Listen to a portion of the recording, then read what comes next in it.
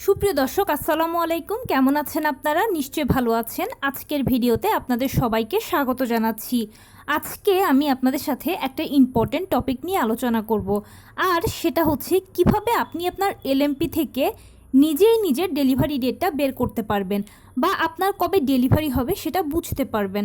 তাহলে চলুন মূল আলোচনায় যাওয়া যাক। বাই দ্য ওয়ে, মূল ভিডিওতে যাওয়ার আগে একটা কথা বলি।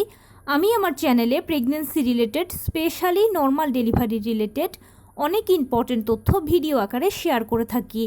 এই তথ্যগুলো আমার পার্সোনাল এক্সপেরিয়েন্স ও আমার ডক্টরের সাজেশন থেকে নেওয়া। তাই আমার চ্যানেলটিকে যদি একবার আপনারা ভিজিট করেন, তাহলে আপনারা আপনাদের প্রশ্নাতীত মনের অনেক প্রশ্নের উত্তর পেয়ে যেতে পারেন। আমন্ত্রণ জানাবো আমার চ্যানেলটিকে একবার ভিজিট করে দেখার জন্য। এবারে চলুন মূল আলোচনায় যাওয়া যাক। আমি শুরুতেই বলেছি আজকে আলোচনা করব কিভাবে এলএমপি থেকে বা মাসিকের তারিখ থেকে আপনি নিজেই খুব সহজে বুঝতে পারবেন কবে আপনার ডেলিভারি হবে। চলুন জানা যাক। দেখুন, গর্ভাবস্থার নবম মাস হচ্ছে খুব গুরুত্বপূর্ণ একটা সময়। নবম মাস মানে হচ্ছে এই সময় ডেলিভারির কাউন্টডাউন শুরু হয়ে যাওয়া। কারো কারো নবম মাসের শুরুতেও ডেলিভারি হতে পারে, কারো মাঝামাঝি হতে পারে, কারো শেষেও হতে পারে। আর নবম মাসে লাস্ট আলট্রাসোনোগ্রাম করানো অথবা লাস্ট চেক আপ করানোগুলো খুব ইম্পর্ট্যান্ট। এই সময় ডাক্তার আপনাকে লাস্ট চেক আপ করানোর মাধ্যমে ফাইনাল সেটেলমেন্ট দেবে যে আপনার আসলে কি নর্মাল ডেলিভারি হবে নাকি সিজার হবে। যদি সিজার হয় তাহলে তো ডাক্তার বলেই দেবে যে এই কারণে আপনার সিজার হচ্ছে আর অমুক দিনের অমুক তারিখে অমুক সময় সিজার হবে। সে মতে আপনি প্রিপারেশান নিতে পারলেন, সিজারটা করাতে পারলেন। কিন্তু নর্মাল ডেলিভারি হলো একটা প্রাকৃতিক পদ্ধতি। তার কোন দিন কখন কোন সময় পেইন আসবে এটা কেউ বলতে পারে না। এখানে প্রথম থেকে শেষ পর্যন্ত প্রতিটি ধাপ প্রাকৃতিকভাবে শুরু হয়ে প্রাকৃতিকভাবেই শেষ হবে। ডাক্তার দিয়ে জোর করে টানা হ্যাচড়া করে কোনো মতেই কিন্তু কিছু সম্ভব নয়। যেহেতু পদ্ধতিটা প্রাকৃতিক, তাই এখানে কারো হাত যেহেতু কোনো কিছুতেই নেই, সেই জন্য মায়েরা কনফিউশনে থাকেন বা গর্ভবতীদের একটা কনফিউশন হয় যে কবে হতে পারে কবে হতে পারে। নবম মাস আসলে এই টেনশনটা অনেক বেশি বেড়ে যায়। কিন্তু আপনার এলএমপি বা আপনার সর্বশেষ মাসিকের তারিখটাই বলে দেবে যে আপনার ডেটটা কবে বা আপনার কবে ডেলিভারি হবে। সেটা কিভাবে বুঝবেন? প্রতিটি বিবাহিত মহিলার উচিত নিজের মাসিকের তারিখটা হিসেব করা। প্রতি মাসে আপনার মাসিক হলেও হিসেব করবেন, আর যদি মিস হয় তাহলে তো অবশ্যই টেস্ট করবেন। এতে আপনি যে সর্বশেষ তারিখটা পাবেন সেটা হবে আপনার এলএমপি। এলএমপি মানে হচ্ছে লাস্ট মান্থ পিরিয়ড। ডাক্তারের কাছে গেলে ডাক্তার আপনাকে বলবে যে আপনার এলএমপি বলেন। এলএমপি অনুযায়ী ডাক্তার আপনাকে একটা ডেলিভারি ডেট হিসেব করে দেবে। আর আলট্রাসোনোগ্রাম করালেও একই ডেলিভারি ডেটটা পাবেন।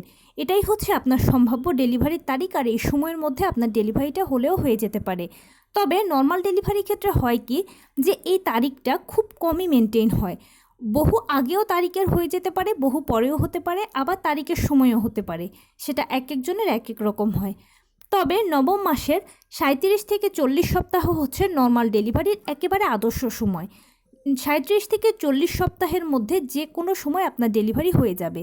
এবার কারো 37 সপ্তাহে হয়, কারো 38 সপ্তাহে হয়, কারো 39 সপ্তাহে হয়, আবার কারো 40 সপ্তাহেও হয়। তাই নর্মাল ডেলিভারিটা ধরে নেবেন যে আপনার 37 থেকে 40 সপ্তাহের মধ্যে হবে। আর কনসিভ করার পরে ডাক্তার আপনাকে যে ইডিডি বা এক্সপেক্টেড ডেলিভারি ডেট দেবে, এই ডেটের বহু আগে বা বহু পরেও হতে পারে।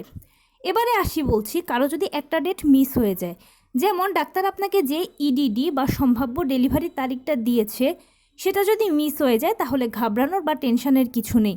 জেনে রাখবেন এরপরে আবার ডাক্তারের কাছে গেলে আপনার ডাক্তার আপনাকে আরও এক্সট্রা 7 দিন সময় দেবে অপেক্ষা করার জন্য। এই 7 দিনের ভিতরে আপনার ডেলিভারি হয়ে যেতে পারে। যদি এই 7 দিনের মধ্যে না হয়, আবার ডাক্তারের কাছে যাবেন। ডাক্তার আপনার ও বাচ্চার কন্ডিশন বুঝে 2 দিন 3 দিন 5 দিনও সময় দিতে পারে। এর মধ্যেও ডেলিভারি হয়ে যেতে পারে। এভাবে 3 ধাপে ডাক্তার আপনাকে সর্বমোট 40 সপ্তাহ পর্যন্ত অপেক্ষা করাবে। আর ইনশাল্লাহ হয়তো এর মধ্যেই ডেলিভারি হয়ে যেতে পারে। কিন্তু যদি 40 সপ্তাহের পরেও ডেলিভারি না হয়, তখন সেক্ষেত্রে আপনাকে এবার সিজার করতে হবে। কারণ কি, 40 সপ্তাহের পরে মায়ের গর্ভে বাচ্চাদের অক্সিজেনের লেভেল কমতে থাকে, গর্ভের পানির পরিমাণ কমতে থাকে, অথবা দেখা যায় যে বাচ্চা গর্ভের ভিতরে টয়লেট করে দিয়ে সেই টয়লেট খেয়ে তারা মারাও যেতে পারে। সেই জন্য বাচ্চার সুরক্ষার জন্য 40 সপ্তাহ পরেই কিন্তু সিজার করানো হয়। তবে একটা ছোট্ট ব্যতিক্রম আছে। অনেক মা দেখা যায় ভীষণ স্ট্রং, অনেক বাচ্চাও ভীষণ স্ট্রং। তখন ডাক্তাররা পেশেন্টের সাথে আলোচনা করে আরও একটা সপ্তাহ অপেক্ষা করান, মানে 41 সপ্তাহটা অপেক্ষা করান। অনেক সময় অনেকের 41 সপ্তাহেও হতে পারে, সেটা ডাক্তার ডিসিশন নেবে যে কী করা হবে কী করা হবে না। তো এই ছিল আজকের ভিডিও। কেমন লাগলো বলুন? যদি ভালো লেগে থাকে ও হেল্পফুল হয়ে থাকে তাহলে প্লিজ লাইক কমেন্ট শেয়ার করতে একদম ভুলবেন না। আর সেই সাথে আমার চ্যানেলটিকে সাবস্ক্রাইব করার বিনীত অনুরোধ রইল। পাশে থাকা বেল আইকনটি ক্লিক করে দেবেন যেন আমি ভিডিও আপলোড করার সাথে সাথে আপনারা নোটিফিকেশান পেয়ে যান। যদি কোনো প্রশ্ন থাকে কমেন্টসে জানাবেন, আমি রিপ্লাই দেব। প্লাস যদি কোনো পরামর্শ থাকে যে কোন বিষয়ের উপরে ভিডিও বানালে আপনারা উপকৃত হবেন সেটাও জানাবেন।